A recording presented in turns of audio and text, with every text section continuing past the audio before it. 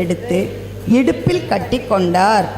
பின்னர் ஒரு குவளையில் தண்ணீர் எடுத்து சீடர்களுடைய காலடிகளை கழுவி இடுப்பில் கட்டியிருந்த துண்டால் துடைக்கத் தொடங்கினார். சீமோன் பேதுருவிடம் இயேசு வந்தபோது அவர், ஆண்டவரே, நீரா என் காலடிகளை கழுவப் போகிறீர் என்று கேட்டார். இயேசு மறுமொழியாக, நான் செய்வது இன்னதென்று இப்போது உனக்கு புரியாது, பின்னரே புரிந்து கொள்வாய் என்றார்.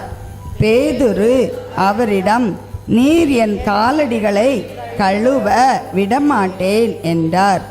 இயேசு அவரை பார்த்து, நான் உன் காலடிகளை கழுவாவிட்டால் என்னோடு உனக்கு பங்கு இல்லை என்றார். அப்போது சீமோன் பேதுரு, அப்படியானால் ஆண்டவரே, என் காலடிகளை மட்டும் அல்ல, என் கைகளையும் தலையையும் கூட கழுவும் என்றார். இயேசு அவரிடம், குளித்துவிட்டவர் தம் காலடிகளை மட்டும் கழுவினால் போதும், அவர் தூய்மை ஆகி விடுவார். நீங்களும் தூய்மையாய் இருக்கிறீர்கள், ஆனாலும் அனைவரும் தூய்மையாய் இல்லை. தம்மை காட்டிக் கொடுப்பவன் எவன் என்று அவருக்கு ஏற்கனவே தெரிந்திருந்தது. எனவேதான் உங்களுள் அனைவரும் தூய்மையாய் இல்லை என்றார். அவர்களுடைய காலடிகளை கழுவிய பின் இயேசு தம் மேலுடையை அணிந்து கொண்டு மீண்டும் பந்தியில் அமர்ந்து அவர்களிடம் கூறியது, நான் உங்களுக்கு செய்தது என்னவென்று உங்களுக்கு புரிந்ததா? நீங்கள் என்னை போதகர் என்றும் ஆண்டவர் என்றும் அழைக்கிறீர்கள்.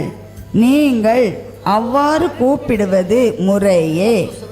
நான் போதகர்தான், ஆண்டவர்தான்.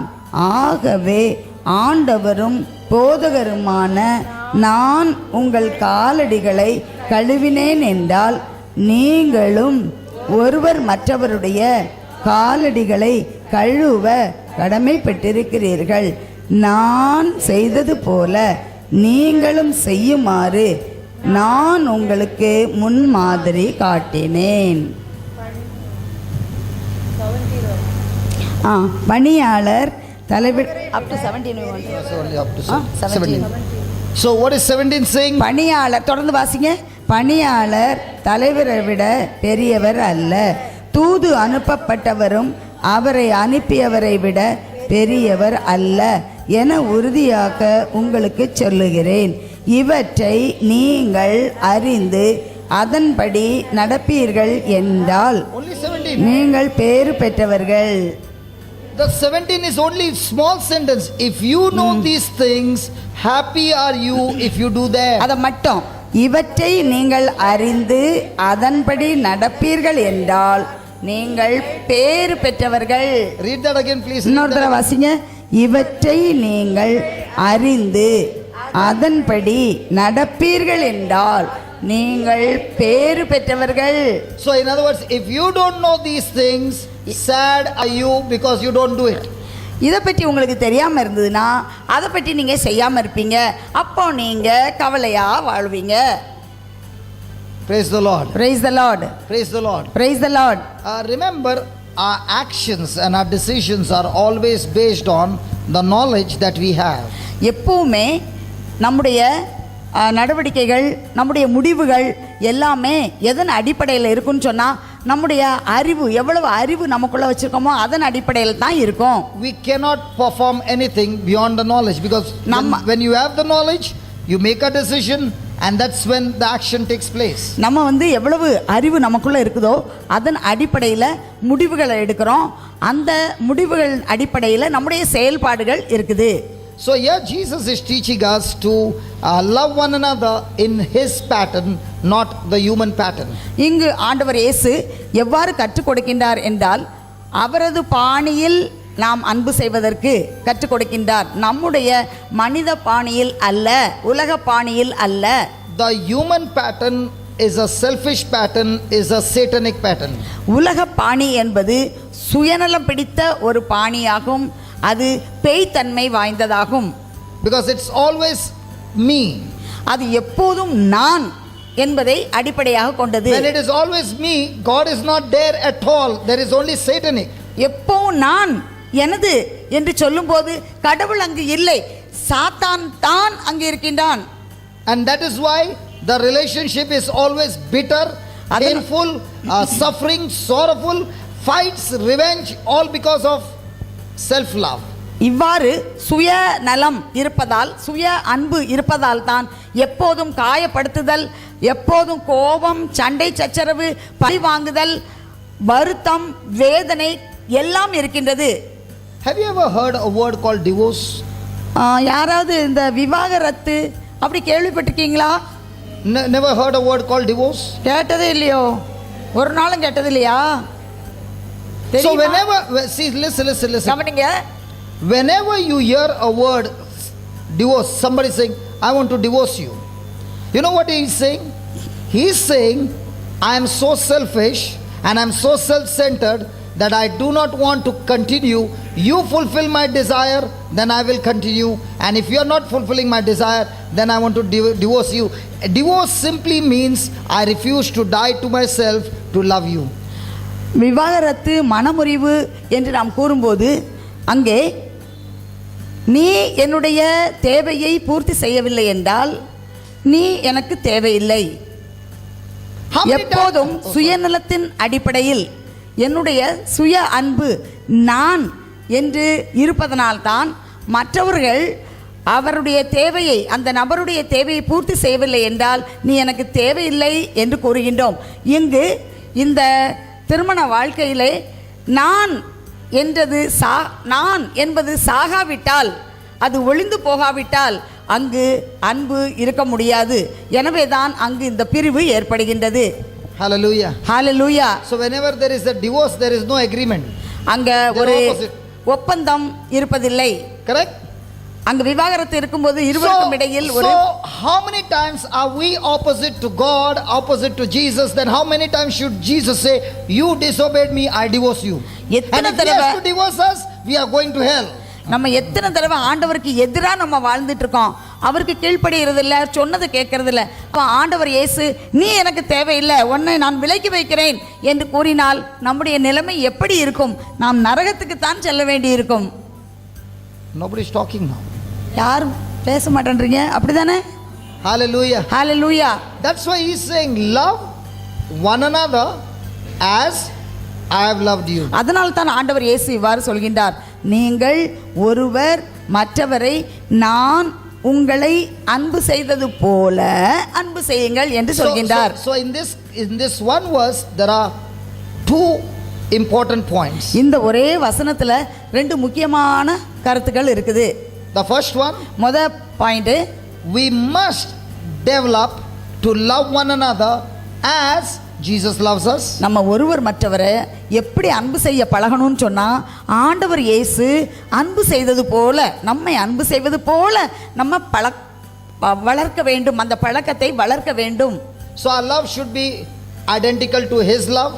அவருடைய அன்பை ஒத்த அன்பாக நம்முடைய அன்பு இருக்க வேண்டும். And second very important part is, இரண்டாவது முக்கியமான பகுதி என்னன்னா, to exercise this kind of love you can only receive from his power to love.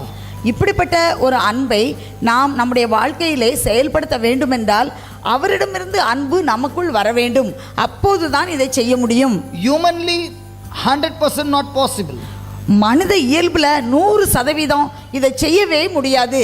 That is why we fail miserably, because we always want to do it with our strength, and it is not possible to love one another with agape love without God's power of love operating in our life. அதனால தான் நம்ம வாழ்க்கையில் நிறைய நேரம் நம்ம தோல்வியை சந்திக்கின்றோம். அதாவது ஒருத்தங்க மற்றவங்களை நல்லா அன்பு செய்யணும் அப்படின்னு நம்ம மனித சக்தியை கொண்டு நம்முடைய பலத்திலே மனித இயல்பிலே அதை செய்ய முடியாது.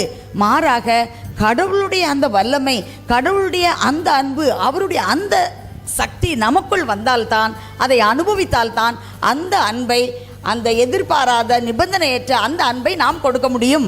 Praise the Lord. Praise the Lord. Hallelujah. Hallelujah.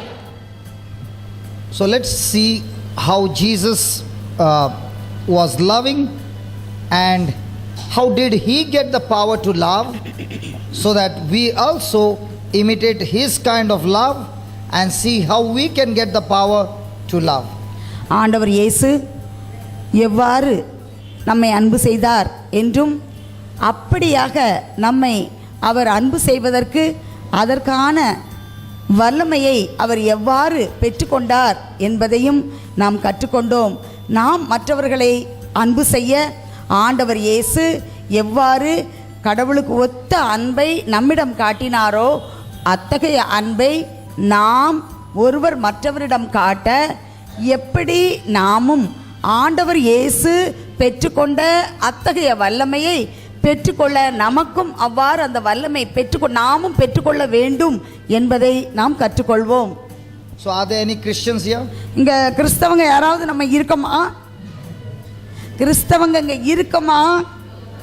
Okay, I am talking to the Christians. நான் கிறிஸ்தவங்களுக்கு பேசிட்டு இருக்கேன். Only to those who have received the Holy Spirit. எத்தனை யாருக்கெல்லாம் தூய ஆவி கிடைச்சிருக்குதோ அவங்ககிட்ட பேசிட்டு இருக்கேன். Who loves Jesus. யாரெல்லாம் ஆண்டவர் இயேசுவை அன்பு செய்கிறாங்களோ அவங்ககிட்ட பேசிட்டு இருக்கேன். We'll see what the Bible says about love.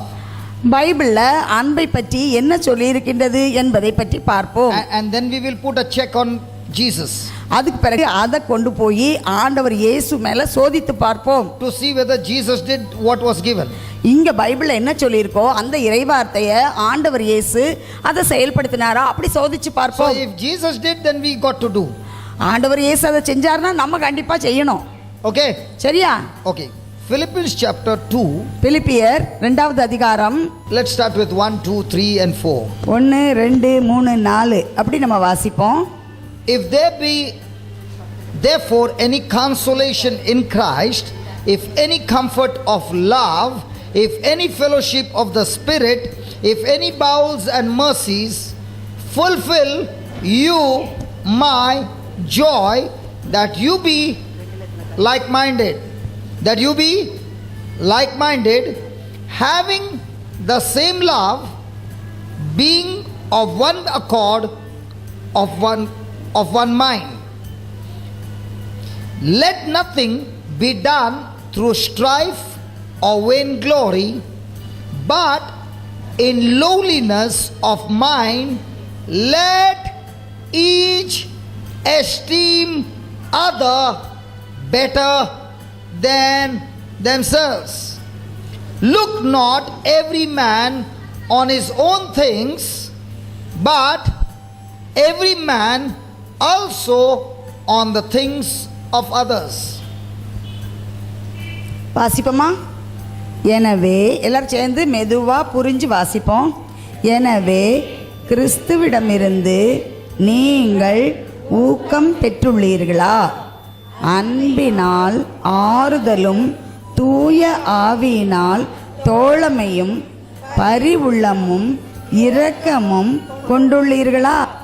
அப்படியானால் நீங்கள் ஒரே எண்ணமும் ஒரே அன்பும் ஒரே உள்ளமும் கொண்டவராய் திகழ்ந்து ஒரு மனத்தவராய் இருந்து என் மகிழ்ச்சியை நிறைவாக்குங்கள். கட்சி மனப்பான்மைக்கும் வீண் பெருமைக்கும் இடம் தர வேண்டாம். மனத்தாழ்மையோடு மற்றவர்களை உங்களிலும் உயர்ந்தவராக கருதுங்கள். நீங்கள் யாவரும் உங்களை சார்ந்தவற்றில் அல்ல, பிறரை சார்ந்தவற்றிலேயே அக்கறை கொள்ள வேண்டும். Praise the Lord. Praise the Lord. Can you read verse number 3 please again? மூணாவது வாசிப்போமா? மூணாவது. கட்சி மனப்பான்மைக்கும் வீண் பெருமைக்கும் இடம் தர வேண்டாம். மன தாழ்மையோடு மற்றவர்களை உங்களிலும் உயர்ந்தவராக கருதுங்கள். Hallelujah. Hallelujah. He is saying esteem others better than yourself. நம்மை காட்டிலும் மற்றவர்களை நம்ம என்ன செய்யணுமா? உயர்ந்தவராக கருத வேண்டுமாம். Be not in strife or vainglory. நம்ம வீண் பெருமைக்கும் கட்சி மனப்பான்மைக்கும் இடம் தரக்கூடாது. I will share with you a testimony. நான் உங்க கூட ஒரு சாட்சியத்தை பகிர்ந்து கொள்ள விரும்புகிறேன். Because this verse became extremely alive in the new creation home in Goa. கோவாவில் நாங்கள் வச்சிருக்கிற அந்த மறுவாழ்வு இல்லத்தில் இந்த வசனங்கள் ரொம்ப அது செயல்பட்டதை நான் பகிர்ந்து கொள்ள விரும்புகிறேன். An elderly priest came to our center who celebrated I think 52 years of his priesthood. ஒரு வயதான ஒரு அருள் பணியாளர் தனது 52வது ஆண்டு அந்த பணியில் நிறைவு ஆண்டை அதை கொண்டாடுவதற்காக எங்களுடைய அந்த மறுவாழ்வு இல்லத்திற்கு வந்தார்கள். And he cannot read the Bible because he is almost blind. So even when he goes, somebody has to hold him. He is extremely old man and he doesn't have much sight. அவங்களுக்கு அந்த அருள் பணியாளர் அவங்களுக்கு அப்படி வாசிக்க முடியாது, பார்வை நல்லா குறைஞ்சி போச்சு, தன்னால் கூட நடக்க முடியாது, ரொம்ப அளவுக்கு மீறி அவங்களுக்கு அப்படி தன்னால் போக முடியாமல் பலவீனமாக இருந்தனால யாராவது அவங்கள கையை பிடிச்சி தான் நடத்தி எங்கேயும் அப்படி கூட்டிகிட்டு போகணும், அப்படி தான் அவங்களுடைய நிலைமை இருந்தது. And he is a parish priest of a parish where he has been in that parish from the last 27 years, no transfer for him. 27 வருஷமாக எந்த மாற்றமும் இல்லாமல் ஒரு பங்கில் அவங்க பங்கு தந்தையாக பணியாற்றினவங்க. You know why there is no transfer?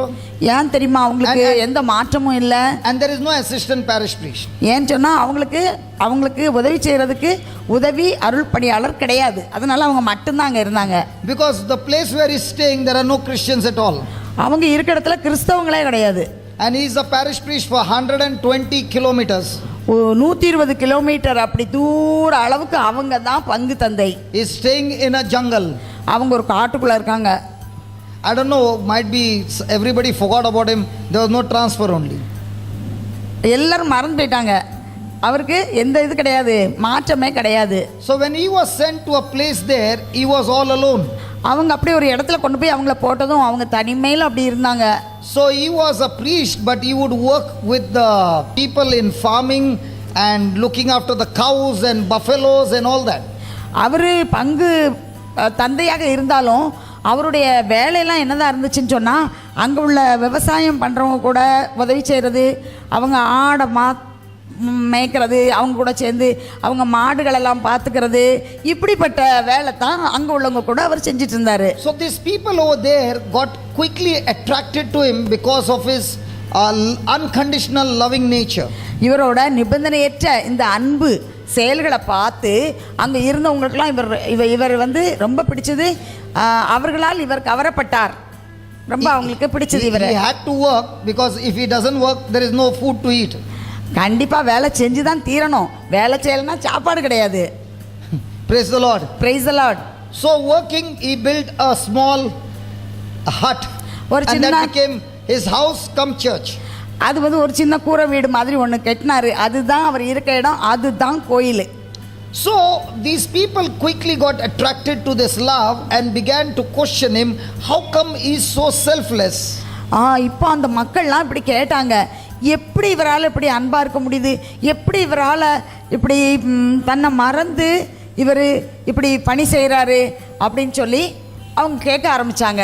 That's the time he spoke about Jesus to them. அந்த நேரத்தில் தான் ஆண்டவர் இயேசுவை பற்றி அவங்களோட அவர் பேச ஆரம்பித்தார். Many families told him that even I want to be Christian. அப்ப நிறைய குடும்பத்துல உள்ளவங்க சொன்னாங்க, எனக்கும் கிறிஸ்தவங்கள அப்படி நாங்க மாறணும், எங்களுக்கும் மாறணும் அப்படி சொன்னாங்க. He said you cannot become Christian. அப்ப அவர் சொன்னாரு, நீங்க கிறிஸ்தவங்களா மாற முடியாது அப்படி. To become Christian you have to live Christ like. நீங்க கிறிஸ்தவங்களா மாறணும்னு சொன்னா ஆண்டவர் இயேசு கிறிஸ்துவ போல நீங்க வாழணும். So first you look at my life and if you like it then you become a Christian. முதல்ல நீங்க என் வாழ்க்கையை பாருங்க, அதை பார்த்துட்டு என் வாழ்க்கை உங்களுக்கு பிடிச்சிருக்குன்னு சொன்னா அப்புறம் நீங்க கிறிஸ்தவங்களா மாறுங்க அப்படி சொன்னாரு. The first person who got baptized after 15 years of looking. 15 வருஷம் இப்படி இவரோட வாழ்க்கையை பார்த்துட்டு ஒரு ஆள் முதல்ல ஞான ஸ்நானம் திருமுழுக்கு பெற்றார். Hallelujah. Hallelujah. In no time most of the villagers became Christians. அதுக்கு பிறகு எல்லாரும் நிறைய அந்த வில்லேஜில் அந்த கிராமத்தில் உள்ளவங்க கிறிஸ்தவங்களானாங்க. So more and more people became Christians அப்போ நிறைய பேர் இப்படி கிறிஸ்தவங்களா மாறிட்டே இருந்தாங்க. because of his love.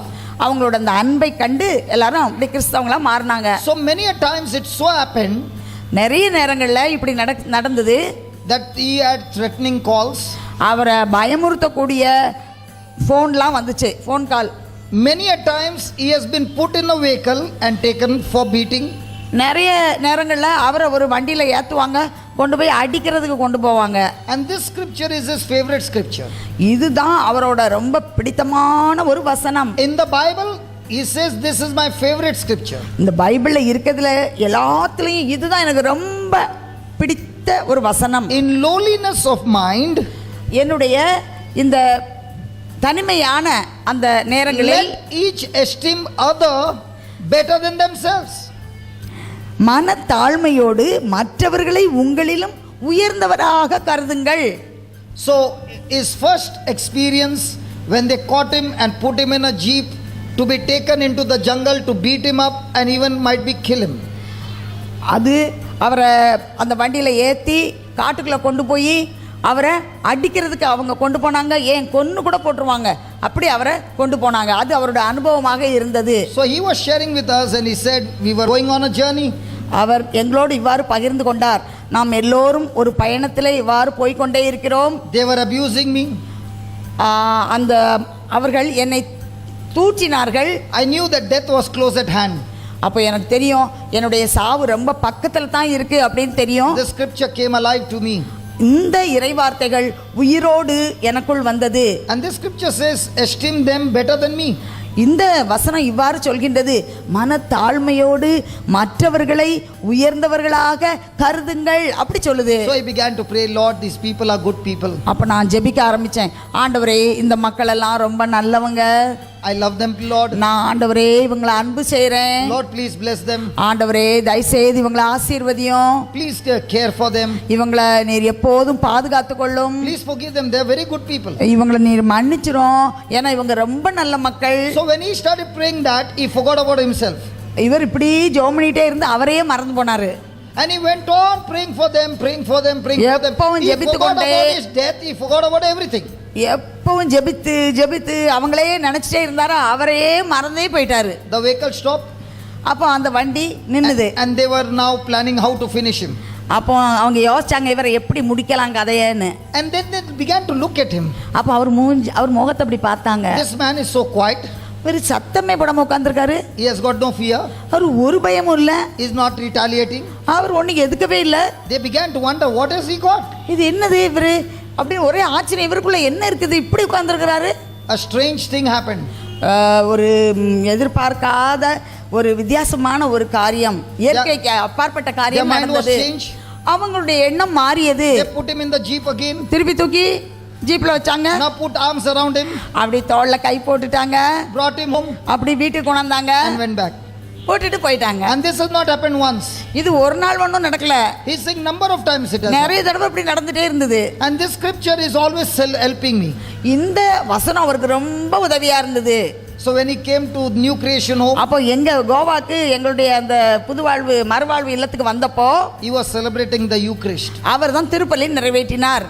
And then he began to share with us his experiences of Jesus. அவருடைய இயேசு அனுபவத்தை எங்களோடு பகிர்ந்து கொள்ள ஆரம்பித்தார். He said even the person who comes to kill me, I esteem him better than me. யாரோ ஒருத்தன் என்ன கொல்ல வந்தா கூட என்ன காட்டிலும் அவன் உயர்ந்தவன் அப்படியாக்கும் நான் நினைக்கிறேன். And because I believe that he is better than me, I'm able to love him. If I look at him that is coming to kill me, then I have got hatred towards him. நான் என்ன காட்டிலும் அவன் உயர்ந்தவன் அப்படி பார்க்கறதுனால என்ன கொல்ல வரவங்களை கூட என்னால் அன்பு செய்ய முடியும். ஆனால் அவன் நான் தான் அவனை காட்டிலும் பெரியவன் அப்படி கோபத்தோடு பார்த்தா எனக்கு வெறுப்பும் கோபமும் அவன் மேலே வரும் அப்படி சொன்னார். Praise the Lord. Praise the Lord. Hallelujah. Hallelujah. Hallelujah. Hallelujah. Was he a priest? அவர் ஒரு அருள் பணியாளரா? And who are these? இவங்கெல்லாம் யாரு? Coming to kill him. அவரை கொல்ல வர்றவங்க. They are his enemies, right? அவங்க எதிரிங்க. So if they are his enemies, is Jesus saying love your enemies? அவங்க இப்படி எதிரிகளா இருந்தாலும் ஆண்டவர் இயேசு உங்கள் பகைவர்களை அன்பு செய்யுங்கள் அப்படி சொல்லியிருக்கிறாரு. he cannot read the Bible. அவர் பைபிளை கூட இப்படி நல்லா When he கண்ணு celebrates the Mass, he cannot read any of those books. பைபிளை அவர் திருப்பலி நிறைவேற்றும் போது அங்க வச்சிருக்கிற புக்கு ஒன்றும் வாசிக்க But முடியாது. his Mass will be just like this from the beginning to the end, everything finished. முதல்ல இருந்து கடைசி வரை அப்படியே சொல்லி அப்படி The முடிச்சிருவாரு. Bible is here. Bible ஃபுல்லா இங்க இருக்குது, இங்க இல்ல. It's amazing to meet this man. அவரை பார்த்தது ரொம்ப ஆச்சரியமாக இருந்தது. நம்ப முடியல இப்படி ஒரு ஆள் இருக்காரான்னு. So on his 50th anniversary of ordination, இந்த அவருடைய அந்த பங்கு பணியாளரான அந்த 50வது ஆண்டை கொண்டாடும் போது he got a very big gift. அவருக்கு ஒரு பெரிய ஒரு பரிசு கிடைத்தது. Somebody gave him a shawl. ஒருத்தங்க ஒரு ஷால் கொடுத்தாங்க. And when somebody gave him a shawl, அவங்களுக்கு ஒரு ஷால் இப்படி கொண்டாந்து போட்டதும் at that time somebody was shivering on the other side. அந்த பக்கம் ஒரு ஆள் இப்படி குடிஞ்சு நடுங்கிட்டு இருந்துச்சு. He said, Lord, do I need this shawl? ஆண்டவரே, எனக்கு இது தேவையா? I can keep this shawl, but if this person dies, நான் இதை வச்சுக்கலாம், ஆனா இந்த ஆளு குளிர்ல செத்து போனா? he said, I could not even wear it even once. That man I saw gave it to him. ஏன் நான் ஒரு தடவை கூட மேலே போடல, ஆனா அந்த ஆளு குளிர்ல இருந்தார்ல அவரு கொடுத்துட்டேன். And he said, this life that I'm living is so amazing, and I'm praying to God, please don't give me a transfer. I'm enjoying in that jungle with those people, and those people have begun to learn only to love. அப்போ இப்படி இருக்கும்போது இப்படிப்பட்ட ஒரு வாழ்க்கை தான் அவரோடது. அப்போ ஆண்டவர், that's why he said, I can't baptize you to be a Christian. First you have to see me. If you feel if there is something attracted, then you become a Christian. Otherwise don't become a Christian. Don't become. அப்போ அவர் இந்த இப்படி இருக்கும்போது அவங்களுக்காக ஜெபித்து இப்படி இருந்த அந்த வாழ்க்கை அவருக்கு ரொம்ப பிடிச்சது.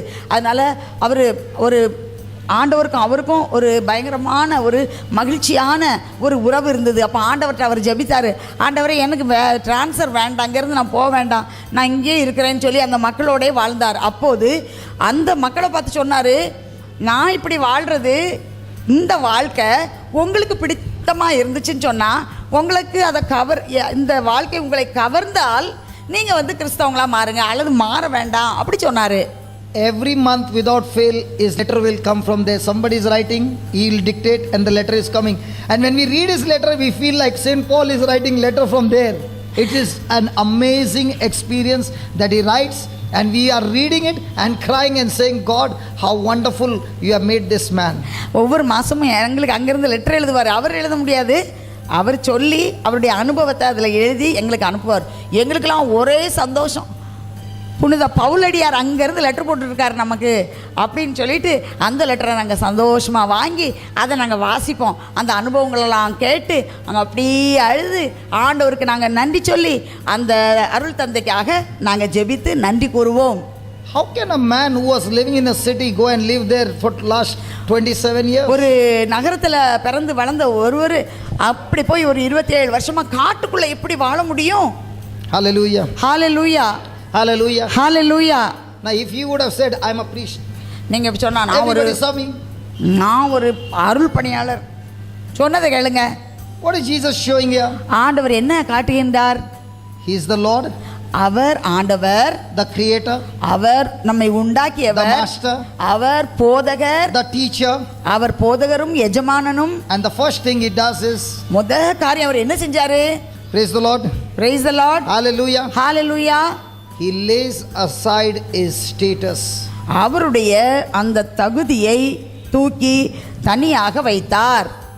Some people have got more about that status, my status. நிறைய பேருக்கு என்னுடைய தகுதி அதை பத்தி நிறைய தெரிஞ்சு வச்சிருப்போம். I am from this status, you are from this status. இப்படிப்பட்ட தகுதியிலிருந்து நான் வந்தவன், இப்படிப்பட்ட பின்புலத்திலிருந்து வந்தவன். No. அப்படிதானே நல்லா தெரிஞ்சு வச்சிருப்போம். Hello. அப்படிதானே? Listen, for us in Bombay, எங்களுக்கு பாம்பேல there are so many people all around. நிறைய மக்கள் இப்படி சுத்தி இருக்காங்க. The status thing is not much present. அங்க ரொம்ப அப்படி இப்படி பெரிய உயர்வு அப்படி ரொம்ப இல்ல. அப்படியே கீழே வந்து அது மேல ஏறி ஏறி போயிட்டு கீழே வர பாம்பேல இருந்து இறங்கி வர இந்த தகுதிங்கிறது ரொம்ப மேல ஏறிட்டு.